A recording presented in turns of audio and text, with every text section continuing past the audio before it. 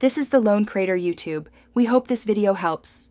You start by verifying your Vivo Y20 software and backing up important data. This prevents loss if something goes wrong.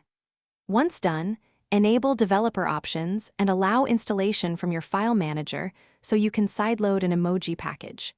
Next, download the specific emoji APK or compatible font file to internal storage, not the SD card, so the system installer can access it reliably. These are the essential prerequisites and the very first actions you must complete before installing.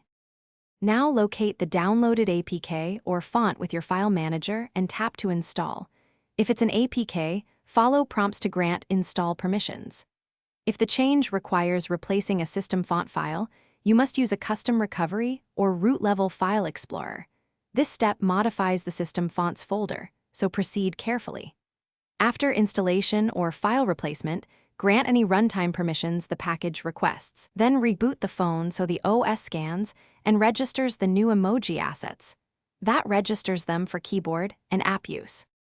Finish by opening your keyboard and several messaging apps to verify that emoji display correctly across apps.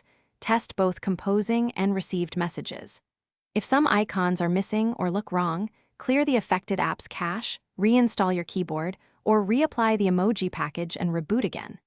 If installation failed or the system becomes unstable, uninstall the APK or restore your backup immediately. That's the safest troubleshooting move. If problems persist, consult Vivo or community forums with exact OS and package details. Thanks for watching. Consider subscribing if we helped you.